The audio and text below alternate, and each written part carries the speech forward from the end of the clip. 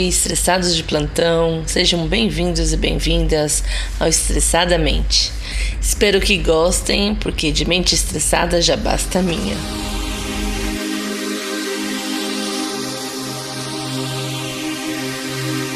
Bom, no episódio de hoje, do Gente Como a Gente, eu vou conversar um pouquinho com meu cunhado, que é o marido da minha irmã, o Erickson. E eu espero que vocês gostem de conhecer um pouquinho quem ele é, assim como eu conheço. E espero que gostem do episódio de hoje. Beijo. Bom, a primeira pergunta eu sempre faço para todo mundo é que você me conta pra gente, pra todo mundo, quem é o Erickson. Pra quem não te conhece, conhecer melhor. Meu nome é Erickson, tenho 40 anos, sou uma pessoa extrovertida, uma pessoa bem-humorada, que dificilmente você vai me ver estressado, mal-humorado, e esse sou eu. Eu queria que você falasse um pouco do seu nome, porque seu nome é diferente, é um nome, não é assim popular, eu nunca escutei, eu conhecia que tinha uma empresa, acho que chamada, de telefone celular, chamada Erickson, se não me engano, há muitos anos atrás. Então me conta se tem uma história por trás do nome ou o quê? Então, a origem do meu nome foi minha mãe a culpada, que é um nome que eu não gosto, eu gosto de um nome mais simples. Gostaria de chamar Bruno. Tanto é que o meu filho, eu queria colocar o nome de Bruno, mas a minha esposa não quis por seu nome Bruna. Não sei quem conhece, em São Paulo tinha o Play Center. Eu conheço. E lá próximo tinha um prédio da Erickson, bem grandão. E antes era telefone, não era celular. Aí minha mãe passava lá toda vez e falava assim: quando eu tiver um filho, vai ter esse nome.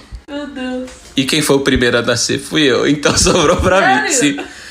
Aí eu lembro quando eu era criança, tinha acho que uns 6, 7 anos, e morava num prédio, e no prédio tinha a portaria com telefone. Aí eu tava conversando com o porteiro e quando eu vi no telefone escrito o meu nome, Erickson, eu falei: nossa, meu nome tá no telefone.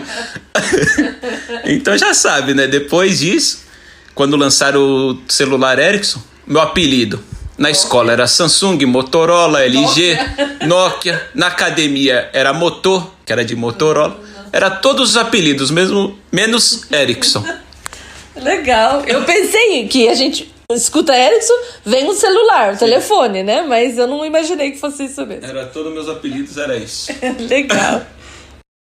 Bom, eu tinha uma pergunta planejada, na verdade, pra fazer, que agora não faz nenhum sentido, porque eu descobri que era uma mentira, porque o meu cunhado tem mania, gente, quem não conhece, fiquem sabendo, que ele tem mania de contar coisas e depois a gente não sabe se é verdade ou não é verdade. Aí tem coisas que eu acredito e tem coisas que eu não acredito.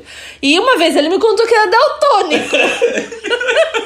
Aí eu tinha uma pergunta: me conte como é ser daltônico e as dificuldades, filha da mãe. Ela não perguntou se era verdade, então eu não respondi se era mentira. Então pulamos essa. Eu queria agora a pergunta fazer um pouco íntima. Não sei se eu espero que você não se incomode, mas pelo que eu te conheço, eu sei que você não vai se incomodar. Porque meu cunhado é careca. E eu queria saber se isso já te incomodou, ou se te incomoda agora, ou se, por exemplo, já pensou em fazer implante ou alguma coisa assim, ou... Porque, assim, não tem nada a ver, né? Tipo, tem gente famoso e careca e é super sexy, que nem o Van Diesel, né? E, enfim, muitos outros. Eu queria saber se isso é uma coisa que te incomoda, ou me falar um pouco disso. Quando eu era mais novo, com uns 18, 19 anos, que começou a cair, me incomodava, porque eu era novo. Mas aí chegou numa certa idade, foi 25 anos, aí eu comecei a raspar. Que aí já não me incomodou mais. Então, nunca afetou. Mas na hora que você falou que era uma coisa íntima, eu já achei que era outra pergunta. Mas a respeito de ser calvo não, porque eu já não sou mais, agora eu só passo a navalha. Então, não me incomoda, não tenho vergonha, isso eu não ligo. E até bom, porque quando a minha esposa tá brava, ela não me puxa pelos cabelos, fica liso. E você faria implante? Eu já pensei. Já pensei em fazer, mas eu acho que não é legal. Vai ficar estranho. Não, já acho que é um dinheiro que não vai ser bem gasto. Porque eu já acostumei a ser assim, não ligo, não me importo. Então, colocar cabelo pra depois parecer aquelas bonequinhas velhas, cada um, né? Coloca quem quer, mas eu já não me vejo mais com cabelo. Eu acho também importante a gente se aceitar como a gente é, né? Sim, tipo... E gastar dinheiro à toa, depois fica pior, meu Deus do céu. Pra mim já não tem mais porque eu fazer. Quando era novo, sim, que aí eu tava com 18, 19, 20 anos. Você começar a ficar com entradas, aí incomodava, mas aí depois que eu raspei a primeira vez, aí já não perturbou mais, não. Legal. Agora você me fala um pouco como foi conhecer a Bruna, a história um pouquinho assim, um resumo, sei lá. E o fato dela morar longe, se foi impedimento ou como foi. Porque na época, né, você tava no Brasil, ela tava em Israel. Então conta um pouquinho da história. Então, eu conheci sua irmã na praia. Eu tava jogando futevôlei. Ela foi pra praia com uma amiga que a gente tem em comum no Brasil, que era, acho que a amiga dela é de infância. Aí ela foi passar as férias lá justo no dia de Ano Novo. Só não lembro o ano. Aí... Eu acho que foi em 2012, quando a Sofia nasceu, porque foi o ano que ela foi me visitar. Então deve ter sido. Eu sou ruim pra data. Tanto é que eu não sei nem quanto tempo a gente tá casado. Sofia nasceu em novembro. E eu acho que no final do ano ela foi passar o Ano Novo na praia. Sei que eu conheci ela só... Conheci ficando... Foi na véspera do Ano Novo e no dia seguinte.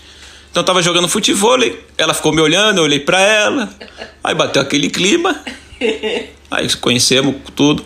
Aí eu pensei, eu falei... não entra em detalhes. Não cheguei nem a ficar com a sua irmã naquele dia. Aí... Eu falei, como eu moro em Israel, eu falei, nem vou começar nada por conta de... Não vai dar certo. Mora longe, eu moro aqui no Brasil, tudo. Aí no dia seguinte ela já teve que ir embora, porque eu conheci sua irmã já faltando acho que 2 ou 3 dias pra ela vir embora, pra Israel. Conheci ela no final das férias dela. Aí quando ela veio embora, ela acho que mudou o nome até no Facebook, que tava em hebraico, aí ela colocou em português pra eu pesquisar, mas eu não pesquisei o nome. Aí eu não lembro se foi eu ou se foi ela que me adicionou. Aí depois de então só ficamos conversando como se fossem amigos mesmo. Mas aí conversava todos os dias. Eu estourei 3 baterias de celulares conversando com a sua irmã. Por chamada de vídeo, que na época era o Skype. Não tinha ainda o WhatsApp com chamada de vídeo. Eu trabalhava com o Skype ligado. Ela estava no trabalho dela dentro do escritório com o Skype ligado. Então nós conversávamos, assistia a série. Deus. Com o celular ligado, eu assistia a série, conversava com ela. Teve filmes que a gente clicava junto. De verdade. Colocava, um filme. Aí falava, clica. 1h30, 2 horas. Sim. Aí eu via a sua irmã dormindo, ela deixava o celular, aí eu desligava. Ai, meu Deus. De verdade. Nós ficava no mínimo por dia, eu acho que era em torno de 7 a 8 horas com ligação de vídeo. Nossa. Eu almoçava com meus pais, com ela também no telefone. Então aí a gente foi se aproximando. Aí chegou uma hora que eu falei pra ela, e aí? Eu vou pra Israel ou você vem pro Brasil? Aí ela falou, eu vou porque meus pais estão querendo ir e tudo. Aí quando ela foi, já pedi em casamento e desde então, estamos até aí. Muito bonito. Agora, hoje em dia, né, eu sei que vocês se conheceram, como você falou, a Bruna foi pro Brasil, porque na época a gente tava morando no Brasil, depois... Agora você tá aqui em Israel. Então, me conta como é a diferença, e as maiores dificuldades que você achou em morar aqui, e contar um pouco aqui da sua experiência, dos anos que você tá aqui. O que você acha? No começo aqui em Israel eu tava surtando, não vou mentir. Meus primeiros 6 meses aqui eu tava querendo voltar pro Brasil. Por conta de não estar liberando visto para trabalhar, não tava deixando nem ir pra academia, por eu não ter o visto de cidadão, era como turista, então por conta da pandemia também, que foi a época que eu vim, tava mais difícil até para entrar em academia. Imagina, você por 6 meses ficar só aqui dentro de casa, tava pirando. Aí quando ia pra rua, o idioma, não falava uma palavra. Então, tava uma dificuldade muito ruim, pensei em voltar pro Brasil. Mas aí liberaram o visto, comecei a trabalhar, fui fazendo as coisas, gostei bastante daqui de Israel. Bastante mesmo. Porque Israel e Brasil é muito diferente, né? Muito. É tudo diferente. É a cultura, a comida, tudo. Clima, é tudo. Então... Tudo diferente, mas a gente acostuma com as coisas. Lógico, tem coisa aqui que eu ainda não me acostumei. A respeito de religião. De sexta e sábado tá tudo fechado e não ter ônibus. Isso pra mim é a pior coisa, eu ainda não me acostumei. Até hoje, já tô aqui, vão fazer 4 anos, né? Sim. Eu ainda não me acostumei de isso estar fechado. Não me acostumei de a semana começar no domingo. Minha cabeça ainda a semana começa da segunda. Dificuldade com o idioma. Eu tenho algumas que é conta se precisar ir no médico. Aí isso, felizmente, ainda depende da esposa. Porque tem muitas palavras que eu não entendo. Mas a respeito de trabalho, essas coisas, então o idioma já não me afeta mais. Não é tão assim... Você já consegue se virar, Sim, né? já consigo até discutir com o meu chefe. Já consigo conversar algumas coisas. Mas gostei bastante daqui. Ok. Agora a gente falou um pouquinho de Israel, agora você me fala um pouquinho sobre a sua cidade, Santos, porque você é de Santos, né? Você nasceu lá. Então você me conta, e morou sua vida praticamente toda lá. Conta um pouquinho de Santos, o que você gostava de fazer lá, como é o clima, não sei. O que você tiver vontade de falar. Então, eu nasci em São Paulo. Eu fui pra Santos com 3 anos, de 2 para 3 anos de idade. Mas quase nasceu lá, né? Morei lá até os... Nossa, 35? Agora eu sou mal de conta. É a mesma coisa. Então a vida inteira eu morei lá. Lá é muito bom. Sou acostumado com praia. É uma coisa que eu sinto falta aqui onde eu moro. Porque a praia daqui da onde eu moro, que é a Fula, é bem longe. Tem que pegar trem pra ir pra praia. Lá eu só atravessava a avenida da praia. Eu morava bem na avenida, ou o mais longe que morei, que foi quando eu tava casado com a Bruna já, era uma quadra atrás da praia. Atrás da praia, não. Uma quadra da praia. E é um lugar bom. Lugar gostoso. Lembra bastante Haifa. Haifa não, é Tel Aviv. Lá tem tudo. É uma cidade bonita, gostosa, bacana de morar. Não, que nem muita gente fala que é perigosa, mas eu não acho. Morei a vida inteira em Santos. Nesse tempo todo que eu morei lá, só tive uma tentativa de assalto. Que quando eu tinha acho que 14 anos, eu tava com os bolsos cheios de moeda pra ir trocar dinheiro. Um cara veio me assaltar com a faca, mas não levou. Que aí tinha uns pessoal lá no bar, me ajudou a bater nele. Então ele não acabou roubando nada. Mas foi a única vez, eu tinha 14 anos. Nunca teve tentativa de assalto depois. Então é uma cidade boa. Sinto falta da praia, isso eu sinto falta. Bastante. Eu surfava, andava de skate, fazia tudo que é esporte que imaginar. Aqui eu já não tô fazendo essas coisas. Aqui é a vida diferente um pouco, né? É mais trabalho. E nasceu, foi criado com praia, então com certeza faz falta. Eu ia pra praia todo dia. Nem que fosse pra correr na beira da água, mas eu tava na praia pra correr. Então, todo dia. Voltava do trabalho, que nem o trabalho mais longe da minha casa que eu já trabalhei, dava 15 minutos de bicicleta. Aqui eu já levo 45 de carro pra ir pro meu trabalho. Isso eu não tô... Ainda isso também eu não me acostumei. Porque eu ia trabalhar pela ciclovia olhando a praia e voltava pela ciclovia olhando a praia. Então lá não tem como você ficar estressado. Muita gente fala, sou estressado aqui em Santos. Aqui não, lá em Santos, né? Mas não tem como, porque se você parar ali uns 10, 20 minutos, você andar descalça na areia, renova a energia, renova. Era uma coisa que eu fazia todos os dias. O mar, né? A onda, acho que só de escutar, só né? Relaxa, não tem uma explicação. Só quem mora ou quem vai em praia que... Tanto é que as pessoas nas férias, o que fazem? Sentam na areia ali e ficam olhando pro mar sem fazer nada. Ou bebendo ou comendo alguma coisa, mas ficam olhando pro mar. Porque é uma coisa que relaxa. É verdade. E é gostoso mesmo. É muito bom. Você sempre gostou de academia, pelo que eu sei, eu te conheço, ou pela Bruna. Eu queria que você me falasse qual a importância do esporte pra você, quando você começou a fazer academia, porque eu sei que você gosta bastante. Então, pra mim a importância é que esporte é vida, é qualidade, né, de vida. E eu comecei no esporte com 3 anos de idade. Com 3 anos de idade. Comecei a jogar futebol de salão em escolinha. Aí fui jogando, até me profissionalizar. Cheguei a ser profissional de futebol. O meu último clube foi o Jabaquara, mas infelizmente por conta da idade já estava avançada. Apareceu uma proposta para ir para os Estados Unidos, que era para ganhar na época era $10 mil, casa, tudo, mas aí eu já estava com 20 anos e eles estavam precisando com menos de 18. Foi quando aí eu cheguei e falei, a partir de hoje eu não jogo mais bola. Que dona, que pena. Já ganhava um salarinho, mas aí eu desisti do futebol. Falei, agora eu fui trabalhar com meu pai. Aí eu falei, não jogo. Meu pai também ficou na época, não, tenta mais. Eu falei, não é pra mim. Já foi. Mas a minha vida inteira sempre praticando esporte. Desde os 5 anos, de novinho, com 5, já praticava, cheguei a fazer hóquei, Mas era com patins, não do gelo, né? Com patins. Natação. Ó, andava de skate. Na praia, você morava na praia, então. Lá eu surfava, antes, chegava da escola, à tarde eu ia surfar. Então, minha vida inteira era chegava em casa só pra almoçar e praticar esporte. Vida inteira. Pratiquei Muay Thai, pratiquei Jiu-Jitsu, tudo. E aqui em Israel, o que eu sinto falta é de um esporte. Sim. Eu tô aqui já 4 anos. Aqui eu não consigo treinar. Em 4 anos eu joguei... Apesar de ter montado quase uma academia em casa, com aparelho, mas acaba não fazendo. Não dá, porque que nem agora, com 2 crianças. Eu tô ajudando a Bruna, então... É ruim, que nem a Bruna precisa cozinhar, precisa fazer alguma coisa, aí eu tenho que ficar com o nenê.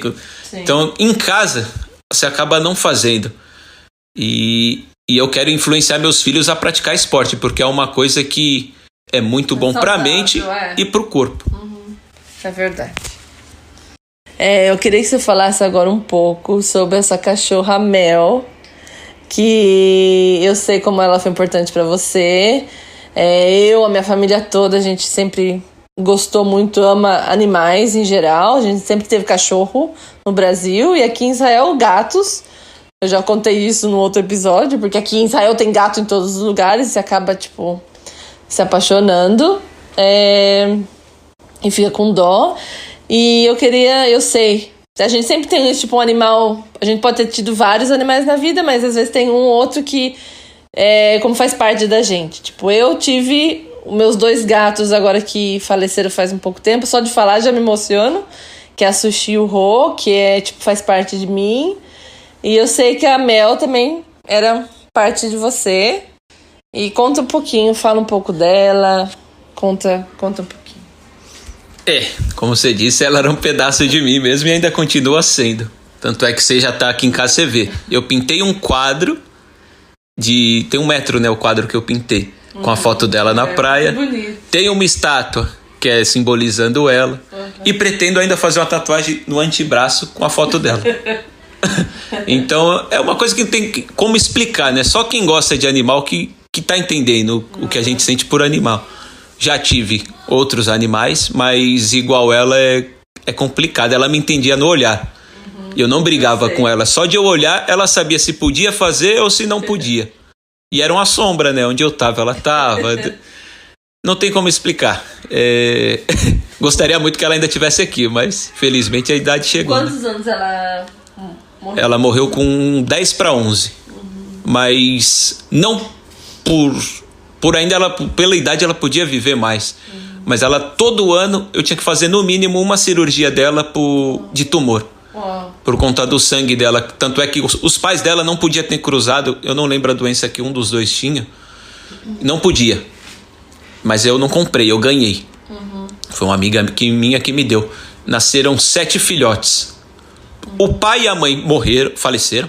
E todos os filhotes faleceram. Só sobrou a minha. O filhote que durou mais tempo, acho que durou 4 ou 5 anos. Tanto é que a moça que me deu, que era a dona da fêmea, ela falou, nossa, a sua tá com 9. Que foi na época que eu falei com ela, já não tinha mais nenhum. Ela tinha ficado, que nem a fêmea era dela, e ela ficou com uma filhota.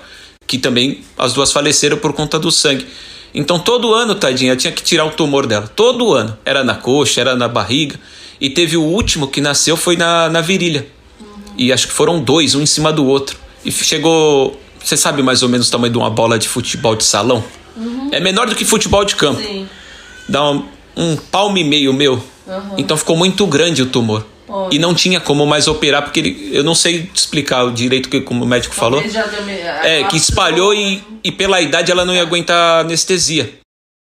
Então a gente só ia levando. Aí chegou uma hora que ela não conseguia mais nem levantar. A perna dela ficou esticada de tão grande que estava o tumor na virilha. Aí o que mais me dói foi que teve que não sacrificar, né? Porque ela chorava. E isso aí é o que mais me dói.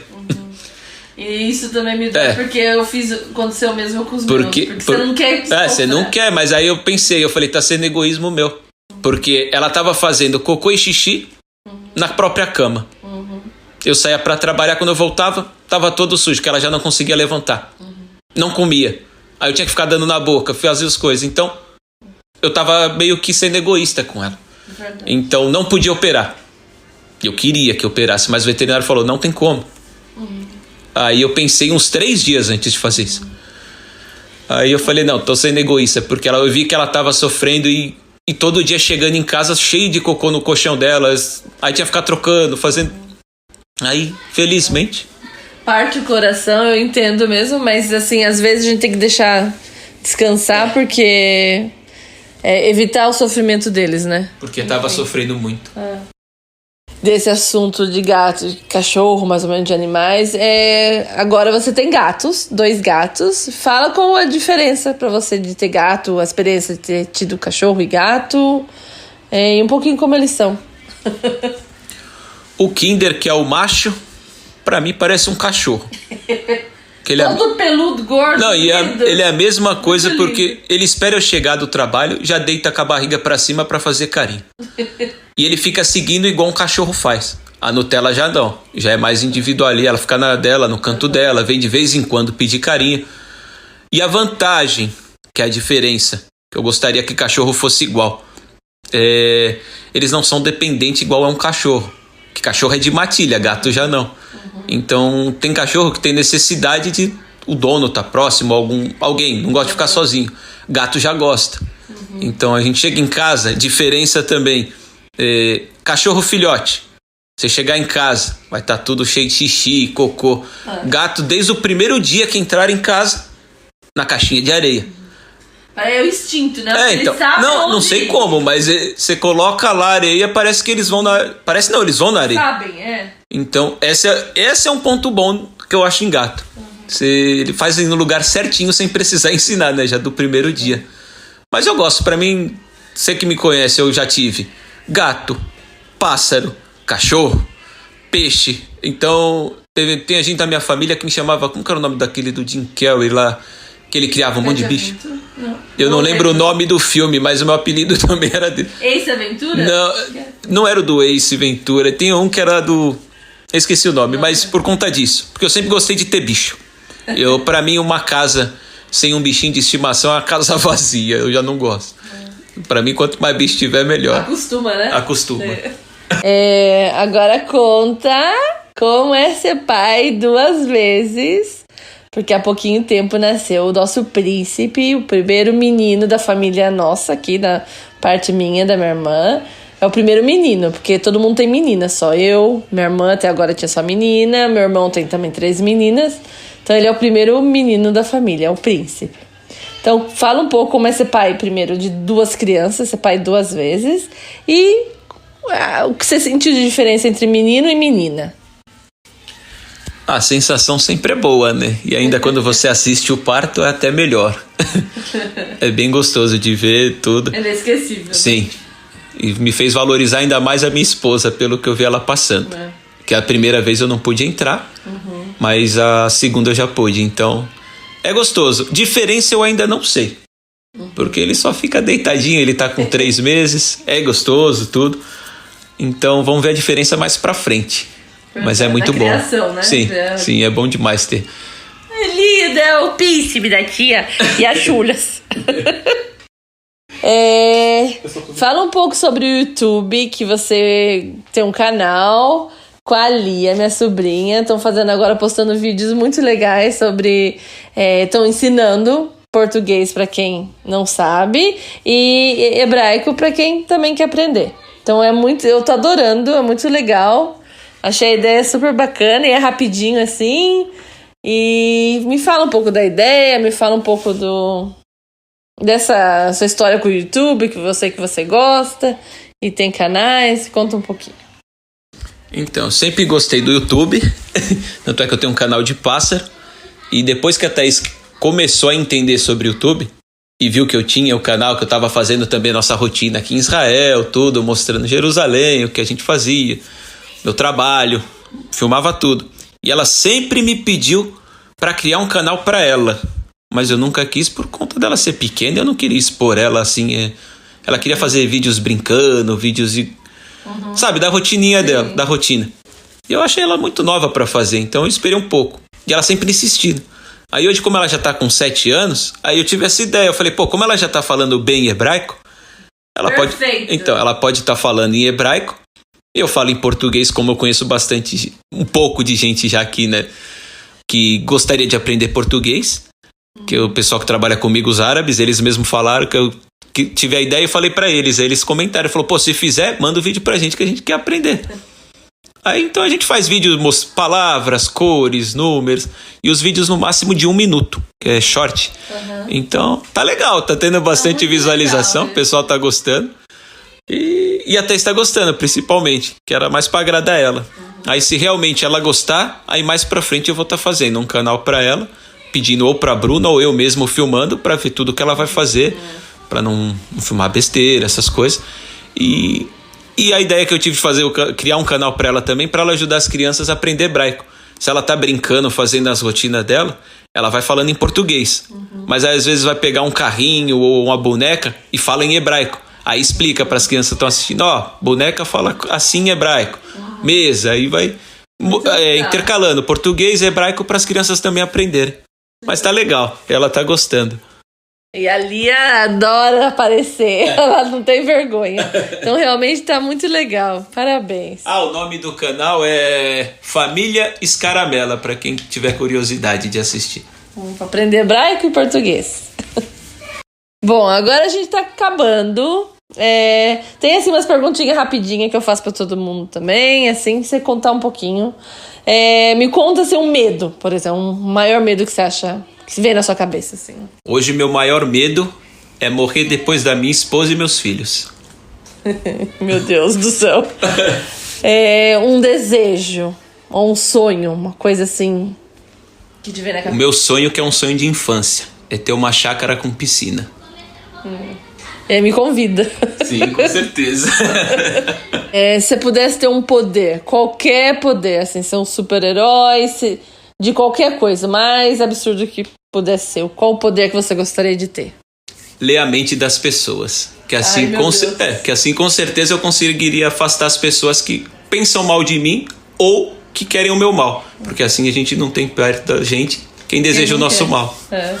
Meu Deus, mas imagina quanta besteira a gente pode ouvir na mente dos outros. Né? Tinha coisa que ia tampar o ouvido. O ouvido não, a mente, né? Meu Deus. Uma cor favorita? Preto. Por que preto? É a cor que eu mais gosto. Preto e depois cinza. Cinza grafite, aquele cinza escuro. Essa é uma recomendação da Sophie, tá bom? Que uma vez quando eu entrevistei a Sofia, ela falou... Você podia fazer uma pergunta sobre cores. Aí eu tô introduzindo essas perguntas aqui. E fala alguma pergunta, assim, algo curtinho que eu também poderia acrescentar para as outras pessoas que eu for entrevistar e para você. O que você faria se ninguém te julgasse e você pudesse ser livre de fazer o que te der vontade, com todo mundo te olhando, sem ser julgada? Nossa, meu Deus! Me responde agora você. O que você faria? Eita, muita coisa, mas eu já faço porque eu não ligo pra se me julgam. Então eu já faço tudo que eu tenho vontade e falo tudo que eu penso. Porque nem os meus pais eu não ligo se eles estão me julgando. Lógico que eu não quero deixar triste, mas eu faço o que eu tenho vontade de fazer. Que bom. Acabamos. Queria só que você me deixasse uma dica pro podcast. Que eu sempre. Alguma coisa que você acha assim que eu poderia. Alguma pergunta diferente, ou mudar, ou não sei, ou um conselho pra mim. Qualquer um que tiver na mente. E agradecer muito. Adorei. Obrigada pela sinceridade. E espero que quem ouviu também goste. E obrigada por dividir um pouquinho de você comigo e com todo mundo. E deixa uma dica, alguma coisa que você queira falar. A dica que eu deixo pra você é o que você acabou de me perguntar. Me perguntar não, você pediu pra eu fazer uma pergunta pra próxima pessoa, né? Então a dica que eu deixo pra você e pra quem estiver escutando a maioria dos nossos problemas é a gente mesmo que coloca a gente no problema. E a partir da hora que você dominar a sua mente, você vai fazer tudo sem ter medo de as pessoas estar te julgando. Então o conselho que eu te dou é viva do jeito que você gosta. Faz o que você gosta, independente do que os outros vão estar falando. Porque você pode estar perfeita. Vão falar que você está errada. Por quê? Porque a pessoa queria estar no seu lugar. Então a pessoa não tem coragem de fazer o que você está fazendo. É mais fácil para ela te criticar. E quanto mais te criticam, são seus fãs. Então, dica que eu te dou, Faz tudo o que você tem vontade, vai dormir tranquila, sem medo de ser feliz. Eu vivo assim e é muito bom. A partir do dia, desde o dia que eu comecei a dominar minha mente, sem me importar se estão me julgando, se estão falando bem ou mal de mim, não vai mudar a minha vida. Porque sempre vai ter alguém que vai achar... Você pode ser, como você falou, perfeito, e sempre vai ter alguém que fala, ai, nossa, que gorda, que magra, que alta, que feia, que isso, que... Sempre vai ter alguém te julgando. Então, a gente tem que realmente estar feliz com quem a gente é. Não é fácil, e realmente as coisas sempre começam, os problemas na nossa cabeça, né? A gente cria um problema que às vezes nem existe, ou antes de acontecer, ou enfim, e sofre antecipado. A gente sofre antecipado. Às vezes a gente acha que tem problema e fica, ai meu Deus, aquilo vai acontecer. E nem vai acontecer. Então sofre antecipado. Que é o que eu falo pra minha filha, Thaís. Ela às vezes acorda e fala, nossa pai, hoje eu tô feia. Aí eu falo, você não tá feia, você tá bonita. Ela, minha amiga falou que eu tô feia. Eu falo, independente. Falei, se ela falou que você tá feia, é porque você tá bonita e ela tá incomodando ela, a sua beleza. Ou é sempre assim. Então as pessoas às vezes vão te criticar querendo fazer o que você tá fazendo, ou criticar a sua aparência porque queria estar parecendo com você. Então a dica que eu dou é vive do seu jeito, faz o que você gosta, independente se as pessoas vão estar criticando ou não. No final do dia, quem vai pagar suas contas? É você. Então você vive do jeito que você gosta. É verdade, obrigada. E obrigada mais uma vez para quem acompanhou até o final.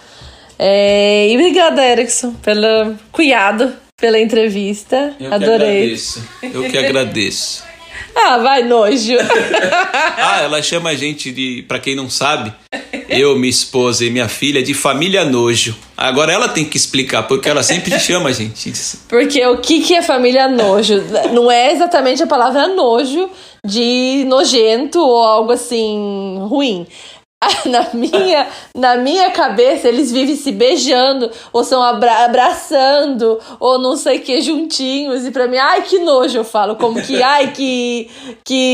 Eu não sei nem como traduzir isso, como falar. É como muito grudento. Ai, meu Deus, é a família nojo, a família do amor. Nojo. Obrigada. Beijo. Bye, bye.